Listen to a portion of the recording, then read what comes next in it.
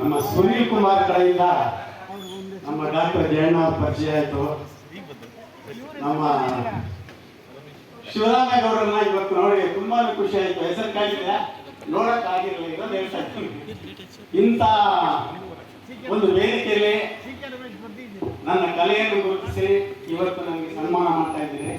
ನನ್ನ ಸೌಭಾಗ್ಯ. ಯಾಕೆಂದ್ರೆ ಅಣ್ಣ ಅವರ ಜಯಂತಿ ಮತ್ತೆ ಡಾಕ್ಟರ್ ಜಯನ್ ಅವರ ಹುಟ್ಟುಹಬ್ಬದ ಶುಭಾಶಯಗಳನ್ನು ಹೇಳ್ತಾ ನನ್ನ ಈ ಎರಡು ಮಾತನ್ನು ನಾನು ಮುಗಿಸ್ತಾ ಇದ್ದೀನಿ. ಜೈ ಹಿಂದ್, ಜೈ ಕರ್ನಾಟಕ ಮಾತೆ.